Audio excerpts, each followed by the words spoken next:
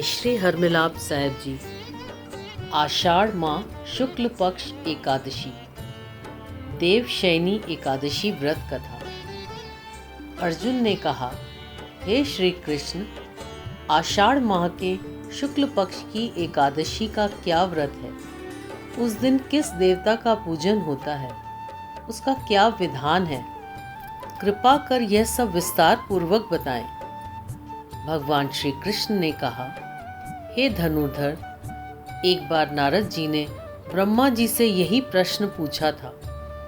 तब ब्रह्मा जी ने कहा, हे नारद, तुमने कलयुग में प्राणी मात्र के उद्धार के लिए सबसे श्रेष्ठ प्रश्न पूछा है, क्योंकि एकादशी का व्रत सब व्रतों में उत्तम होता है। इसके व्रत से सभी पाप नष्ट हो जाते हैं। इस एकादशी का नाम देवशयनी एकादशी है। यह व्रत करने से भगवान विष्णु प्रसन्न होते हैं। इस संबंध में मैं तुम्हें एक पौराणिक कथा सुनाता हूँ। ध्यान पूर्वक श्रवण करो। मंधाता नाम का एक सूर्यवंशी राजा था। वह सत्यवादी, महान तपस्वी और चक्रवर्ती था। वह अपनी प्रजा का पालन संतान की तरह करता था। उसकी सारी प्रजा धन धान्य से परिपूर्ण थी और सुखपूर्वक जीवन यापन कर रही थी। उसके राज्य में कभी अकाल नहीं पड़ता था, कभी किसी प्रकार की प्राकृतिक आपदा नहीं आती थी। परंतु ना जाने उससे देव क्यों रुष्ट हो गए। ना मालूम राजा से क्या भूल हो गई कि एक बार उसके राज्य में जबरदस्त अकाल पड़ गया और प्रजा अन्न की कमी के कारण अत्यंत दुखी रहने लगी। राज्य में यज्ञ होने बंद हो गए। अकाल से पीड़ित प्रजा एक दिन दुखी होकर राजा के पास जाकर प्रार्थना करने लगी, हे राजन, समस्त संसार की सृष्टि का मुख्य आधार वर्षा है। इसी वर्षा के अभाव से राज्य में अकाल पड़ गया है और अकाल से प्रजा मर रही है। हे भूपति, आप कोई ऐसा जतन कीजिए जिससे हम लोगों का कष्ट दूर हो सके। यदि जल्द ही अकाल से मुक्ति ना मिली तो विवश होकर प्रजा को किसी दूसरे राज्य में शरण लेनी पड़ेगी। प्रजाजनों की बात सुन राजा ने कहा, आप लोग सत्य कह रहे हैं। वर्षा न होने से आप लोग बहुत दुखी हैं। राजा के पापों के कारण ही प्रजा को कष्ट भोगना पड़ता है। मैं बहुत सोच विचार कर रहा हूँ, फिर भी मुझे कोई दोष दिखलाई नहीं दे रहा है। आप लोगों के कष्ट को दूर करने के लिए मैं बहुत उपाय कर रहा हूँ, परंतु आप चिंतित ना हो, मैं इसका कोई ना कोई उपाय अवश्य ही करूँगा। राजा के वचनों को सुन प्रजाजन चले गए। राजा मानधाता भगवान की पूजा कर कुछ विशिष्ट व्यक्तियों को साथ लेकर वन को चल दिया। वहाँ वह ऋषि मुनियों के आश्रम में घूमते घूमते अंत में ब्रह्मा जी के मानस पुत्र अंगिरा ऋषि के आश्रम पर पहुँच गया। रथ से उतरकर राजा आश्रम में चला गया। वहाँ ऋषि अभी नित्य कर्म से निवृत्त ही हुए थे कि राजा ने उनके सन्मुख पहुंचकर उन्हें प्रणाम किया। ऋषि ने राजा को आशीर्वाद दिया, फिर पूछा, हे राजन, आप इस स्थान पर किस प्रयोजन से पधारे हैं, सो कहिए।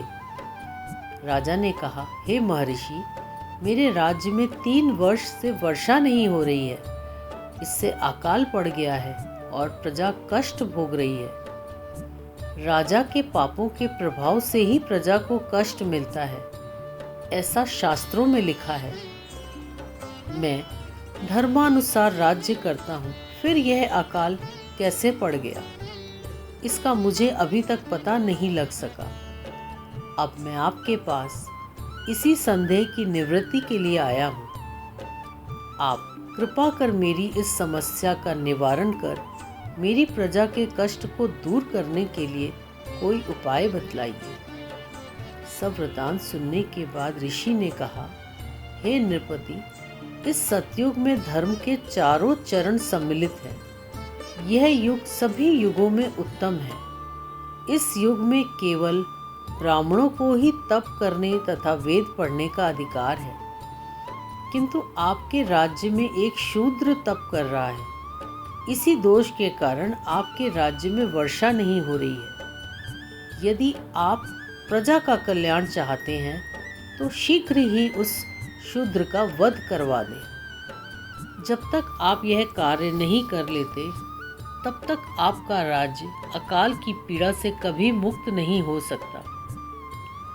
ऋषि के वचन सुन राजा ने कहा, हे मुनिश्रेष्ठ, मैं उस निरपराध तप करने वाले शूद्र को नहीं मार सकता। किसी निर्दोष मनुष्य की हत्या करना मेरे नियमों के विरुद्ध है और मेरी आत्मा इसे किसी भी स्थिति में स्वीकार नहीं करेगी। आप इस दोष से मुक्ति का कोई दूसरा उपाय बतलाइए। राजा को विचलित जान ऋषि ने कहा, हे राजन, यदि आप ऐसा ही चाहते हैं तो आषाढ़ माह के शुक्ल पक्ष की देवशैनी नाम की एकादशी का विधान पूर्वक व्रत करो। इस व्रत के प्रभाव से तुम्हारे राज्य में वर्षा होगी और प्रजा भी पूर्व की भांति सुखी हो जाएगी, क्योंकि इस एकादशी का व्रत सिद्धियों को देने वाला है और कष्टों से मुक्त कराने वाला है। ऋषि के इन वचनों को सुन राजा अपने नगर में वापस आ गया और विधान पूर्वक देवशैनी एकादशी का व्रत किया। इस व्रत के प्रभाव से राज्य में अच्छी वर्षा हुई और प्रजा को अकाल से मुक्ति मिली। इस एकादशी को पन्ना एकादशी भी कहते हैं। इस व्रत के करने से भगवान विष्णु प्रसन्न होते हैं। अतः मोक्ष की इच्छा रखने वाले मनुष्यों को इस एकादशी का व्रत करना चाहिए। चतुर्मास व्रत भी इसी एकादशी के व्रत से आरंभ किया जाता है।